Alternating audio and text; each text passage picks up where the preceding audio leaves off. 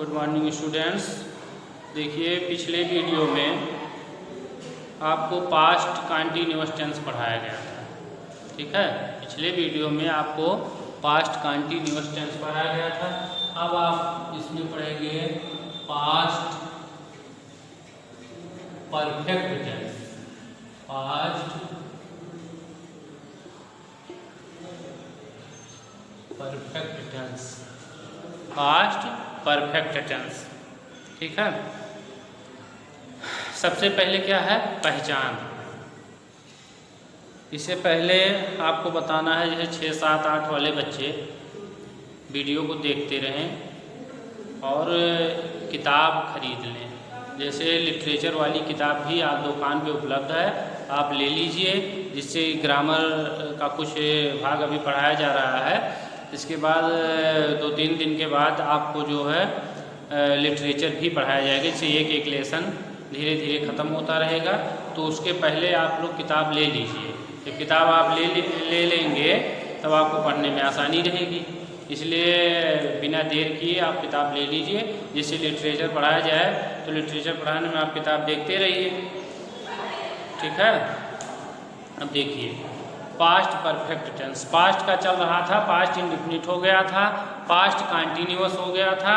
अब आपको पढ़ना है पास्ट परफेक्ट टेंस, ठीक है। पास्ट परफेक्ट टेंस क्या है? जिस हिंदी वाक्य के अंत में चुका था, चुकी थी, चुके थे, लिया था, दिया था, गया था आदि आते हैं, तो वहाँ पास्ट परफेक्ट टेंस होता है। जिस हिंदी वाक्य के अंत में चुका था, चुकी थी, चुके थे, लिया था, गया था आदि आते हैं, तो वहाँ पास्ट परफेक्ट टेंस होता है, ठीक है। तो आप क्या करेंगे, अब इसमें हेल्पिंग वर्ब क्या है? हेल्पिंग वर्ब हैड का प्रयोग होता है सभी कर्ताओं के साथ। सभी कर्ताओं के साथ हैड का प्रयोग किया जाएगा। सभी कर्ताओं के साथ हैड का प्रयोग, ठीक है। और वर्ब का कौन सा फॉर्म प्रयोग होगा? वर्ब का थर्ड फॉर्म। वर्ब का कौन सा फॉर्म लगेगा? थर्ड फॉर्म, ठीक है। देखिए पहले पहचान आप जान लीजिए। अब सबसे पहले क्या है? अफर्मेटिव सेंटेंस, सकारात्मक वाक्य।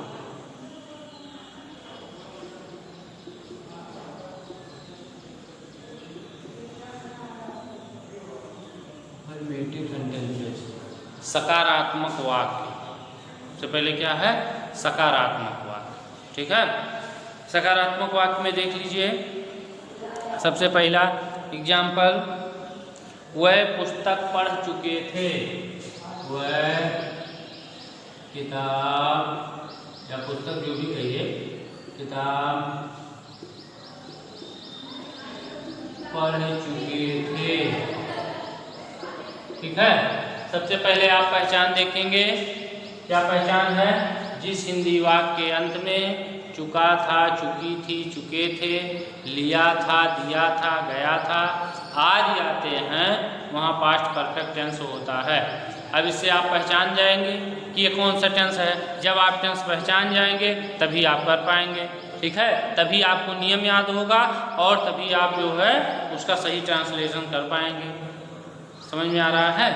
तो पहले आप टेंस पहचानिए। जिस हिंदी वाक्य के अंत में चुका था, चुकी थी, चुके थे आदि आते हैं, तो वहाँ पास्ट परफेक्ट टेंस होता है। अब आपको देखने में पता लग गया, इससे आप पता पा जाएंगे कि ये पास्ट परफेक्ट का कौन सा सेंटेंस है? Affirmative sentence. पास्ट परफेक्ट का क्या है? Affirmative sentence. इससे आपको पता लग जाएगा, ठीक। अब आप अनुवाद बनाने का नियम देखिए।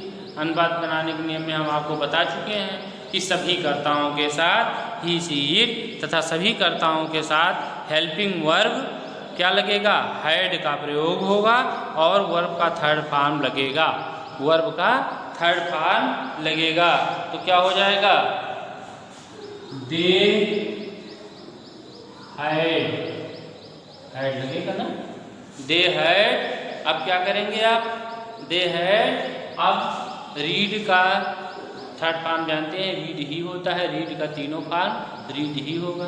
तो अब क्या करेंगे? They had read the book, ठीक। They had read the book. समझ में आ गया? आप देखिए ये क्या है, सब्जेक्ट। फिर ये क्या है, helping verb. Helping verb, helping verb का मतलब सहायक क्रिया। उसके बाद वर्ब का कौन सा फॉर्म, थर्ड फॉर्म। वर्ब का कौन सा फॉर्म, थर्ड फॉर्म। क्या है, वर्ब का थर्ड फॉर्म। समझ में आ रहा है? उसके बाद क्या करेंगे आप, ऑब्जेक्ट। समझ में आ गया? देखिए नियम आपको पता चल गया। आप स्ट्रक्चर भी देख लीजिए, दे हैड रीड द बुक। या आप देख लीजिए अगला वाला,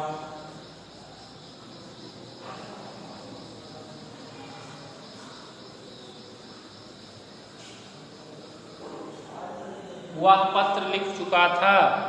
वह पत्र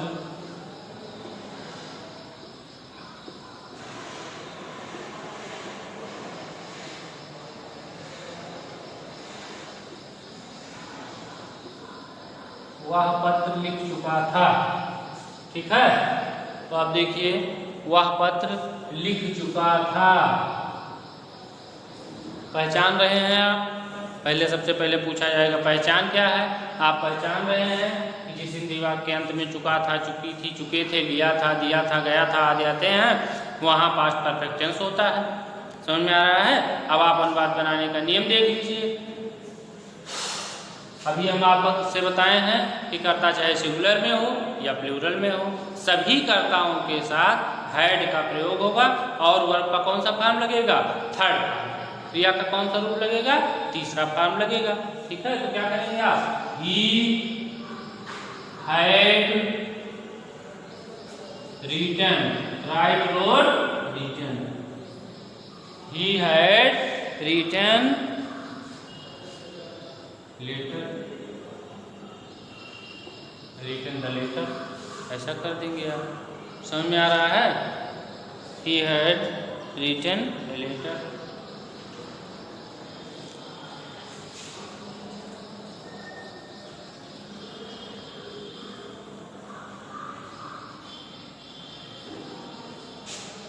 Mohan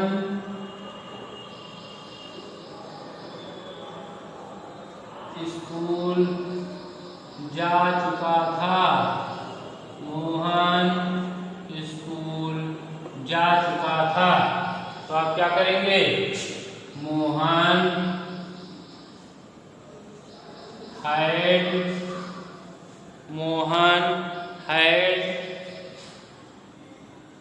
gone to school.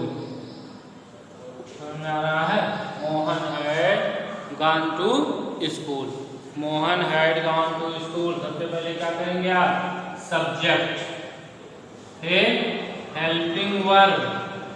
Helping verb क्या है, हैड। उसके बाद वर्ब का कौन सा फॉर्म, थर्ड फॉर्म। वर्ब का थर्ड फॉर्म। उसके बाद ऑब्जेक्ट। समझ में आ रहा है? स्ट्रक्चर भी आप देखते रहिए जिससे आप समझ जाएं, तो कोई दिक्कत तो नहीं है। समझ में आ रहा है ना? अब आप देखिए निगेटिव सेंटेंस। अब आप देखिए अभी तक क्या था, अफर्मेटिव था ना। अब आप देख लीजिए निगेटिव सेंटेंस।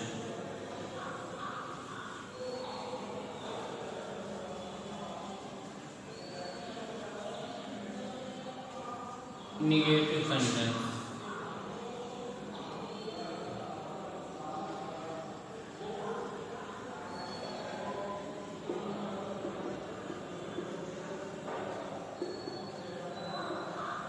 निगेटिव सेंटेंसेस नकारात्मक वाक्य। सकारात्मक तो हो गया, अब आप देख लीजिए नकारात्मक वाक्य। ठीक है, नकारात्मक वाक्य में क्या है, नियम सब वही रहेगा। ठीक है, केवल आपको नहीं का प्रयोग मिलेगा और आपको क्या करना है, हेल्पिंग वर्ब हैड का प्रयोग, यानी आप हैड नॉट का प्रयोग करेंगे। जैसे हम क्रिकेट नहीं खेल चुके थे, जैसे देख लीजिए हम क्रिकेट नहीं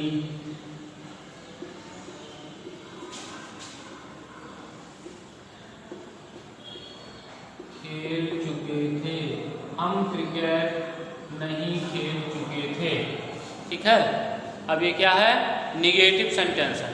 ये क्या करेंगे आप, we had not, we had not, ठीक है, we had not played cricket. Play का थर्ड पार्ट क्या है, played, played cricket. We had not played cricket, we had not played cricket. देख लीजिए निगेटिव सेंटेंस है। सबसे पहले क्या करेंगे आप, सब्जेक्ट, सबसे पहले सब्जेक्ट, उसके बाद हेल्पिंग वर्ब, हेल्पिंग वर्ब क्या है, उसके बाद क्या करेंगे आप, नॉट का प्रयोग। ठीक है। उसके बाद वर्ब का कौन सा पार्ट, थर्ड पार्ट, उसके बाद ऑब्जेक्ट। ठीक है, वर्ब का थर्ड पार्ट, उसके बाद क्या करेंगे आप, ऑब्जेक्ट, ऑब्जेक्ट का प्रयोग किया जाता है। समझ में आ गया। निगेटिव सेंटेंस में नॉट का प्रयोग किया जाता है।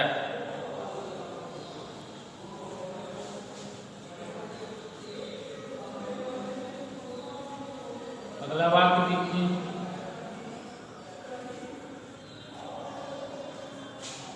वह खाना नहीं खा चुके थे, वह खाना नहीं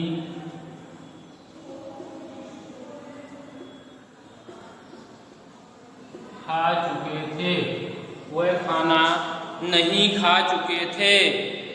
तो क्या करेंगे आप, they had not eaten the food, क्या करेंगे आप, they had not eaten, eat का थर्ड पार्ट क्या है, ईटन द फूड। ठीक है।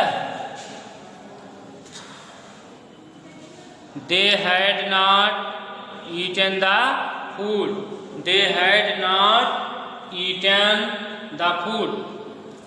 देख लीजिए, सबसे पहले क्या करेंगे आप, सब्जेक्ट, उसके बाद हेल्पिंग वर्ब, हेल्पिंग वर्ब किसका प्रयोग, हैड का प्रयोग, उसके बाद नॉट का प्रयोग, उसके बाद वर्ब का कौन सा फॉर्म, थर्ड फॉर्म, फिर क्या करेंगे आप, ऑब्जेक्ट, वर्ब के थर्ड फॉर्म के बाद क्या करेंगे आप, ऑब्जेक्ट।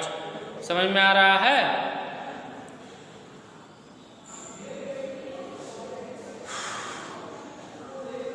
समझ में आ रहा है ना। तो देख लीजिए, वह खाना नहीं खा चुके थे। पहले, सबसे पहले आप पहचान देखेंगे, वाक्य को पहचानेंगे। जब आप वाक्य को पहचान ले जाएंगे तभी आप ट्रांसलेशन कर पाएंगे। ठीक, पहले आप देख लीजिए कि कौन सा टेंस है। टेंस पहचानने के लिए आप पहचान देखेंगे। पहचान हम आपको पहले भी बता चुके हैं। समझ में आ गया। देख लीजिए, अगला वाक्य देखिए,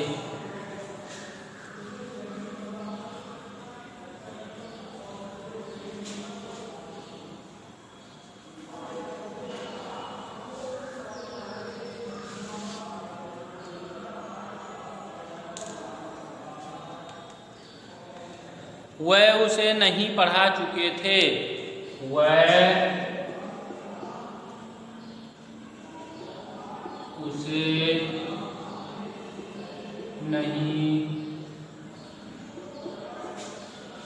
वह उसे नहीं पढ़ा चुके थे।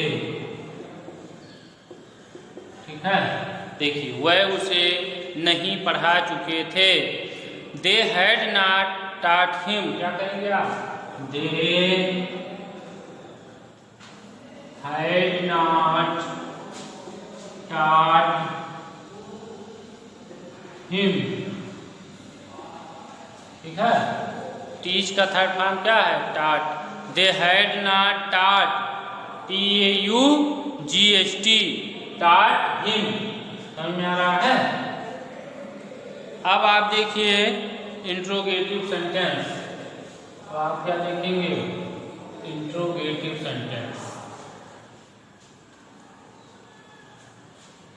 इंट्रोगेटिव सकारात्मक वाक्य, प्रश्नवाचक वाक्य।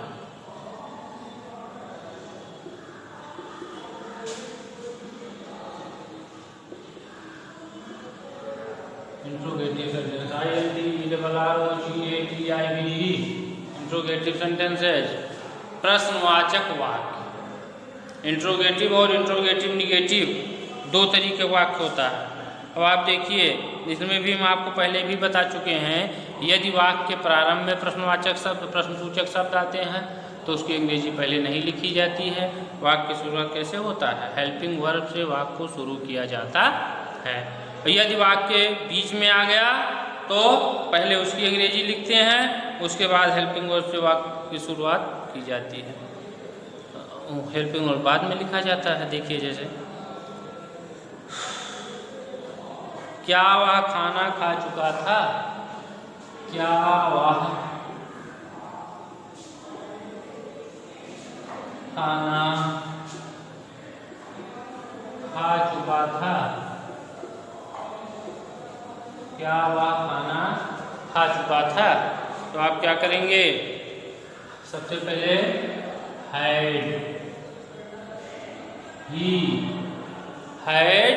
ही, ठीक है। उसके बाद करेंगे, क्या वह खाना खा चुका था? तो had he eaten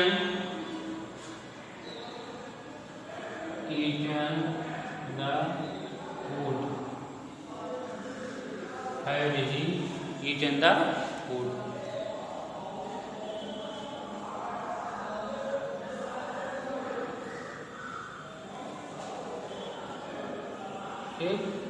had he eaten the food. समझ में आ गया?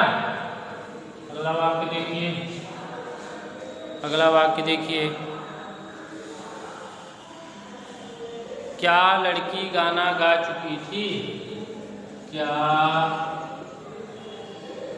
लड़की गाना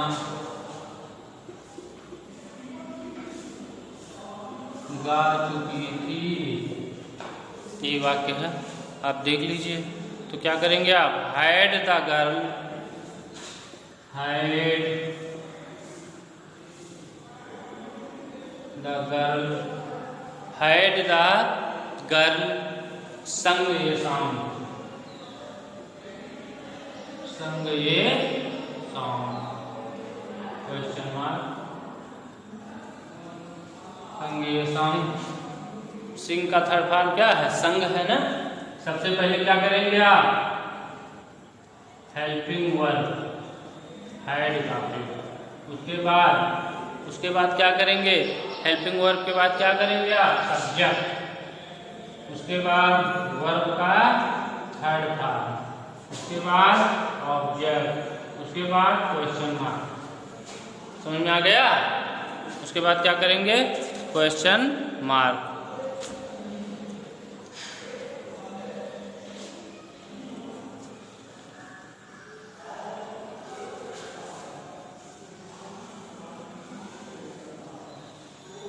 देख लीजिए, वह स्कूल क्यों नहीं जा चुका था?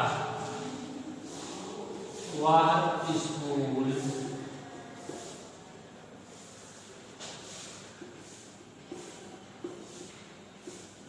क्यों नहीं जा चुका था? ये देख लीजिए, इंट्रोगेटिव निगेटिव है और यदि वाक्य के बीच में प्रश्नवाचक शब्द आते हैं तो उसकी अंग्रेजी कैसे क्या करेंगे? तो आप ऐसे करेंगे, why had he not gone to school, gone to school. Why had he not gone to school. सबसे पहले क्या करेंगे आप? क्वेश्चन वर्ड, उसके बाद हेल्पिंग वर्ब, उसके बाद सब्जेक्ट, उसके बाद नॉट का प्रयोग, उसके बाद वर्ब का थर्ड फॉर्म, उसके बाद ऑब्जेक्ट, उसके बाद क्वेश्चन मार्क। समझ में आ रहा है? उसके बाद क्या करेंगे? Question mark. वह स्कूल क्यों नहीं जा चुका था। ये इंट्रोगेटिव निगेटिव हो गया।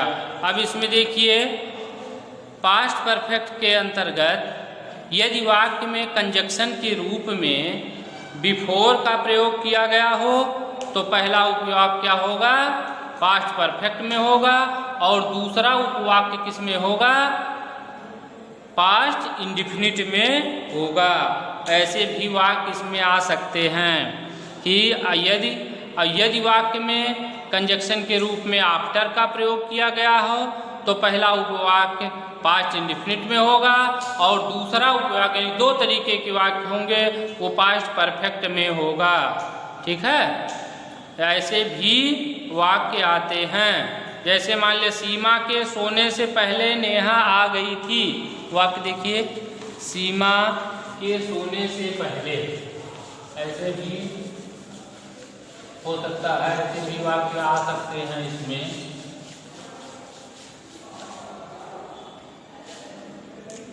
सीमा के सोने से पहले नेहा आ गई थी तो आप क्या करेंगे?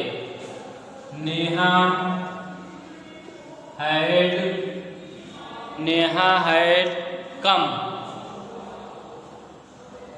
बिफोर क्या करेंगे? सीमा सेलेक्ट।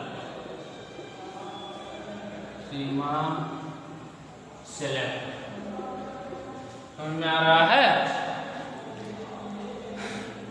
क्या हो जाएगा? सीमा के सोने से पहले नेहा आ गई थी। सीमा के सोने से पहले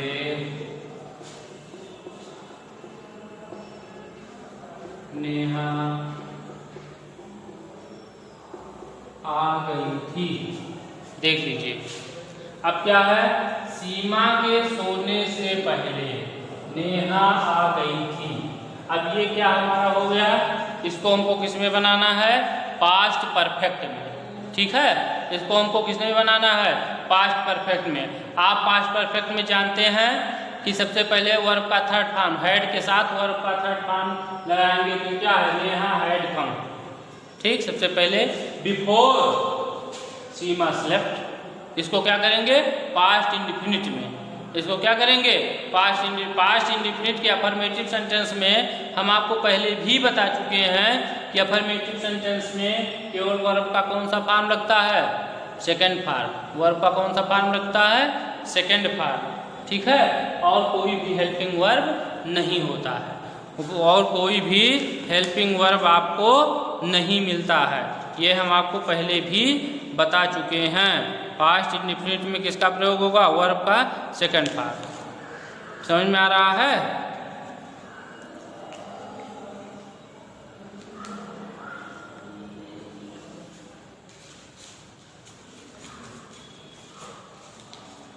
क्या उसके सोने से पहले, एक बात और देख लीजिए,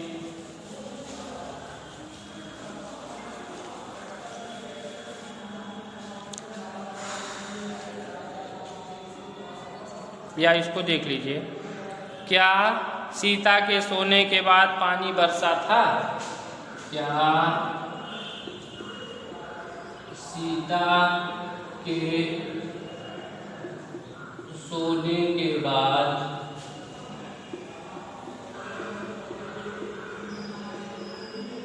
पानी बरसा था? ठीक है? तो क्या करेंगे आप? Did it rain?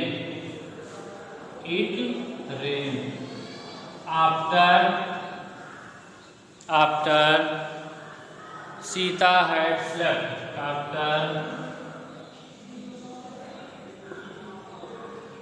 Sita had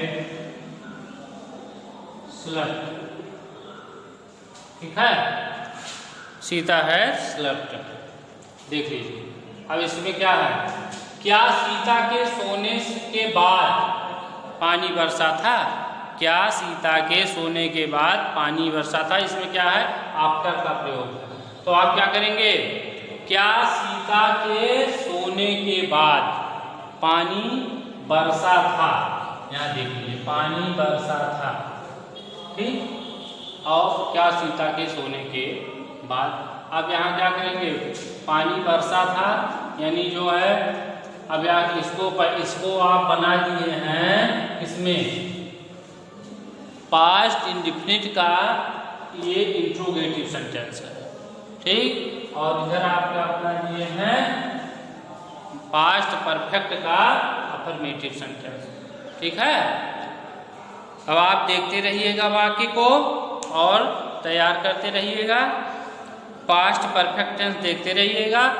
और बाकी जो है ये पास्ट, जब मान लीजिए एक वाक्य में पास्ट इंडेफिनिट का भी प्रयोग हुआ हो, पास्ट परफेक्ट का भी प्रयोग हुआ हो, तो उस पर डिस्कस एक दिन और हो जाएगा अगले वीडियो में। और बाकी आप अफर्मेटिव, नेगेटिव, इंट्रोगेटिव सबका जो है 5-5 वाक्य बनाते रहिए, ठीक है।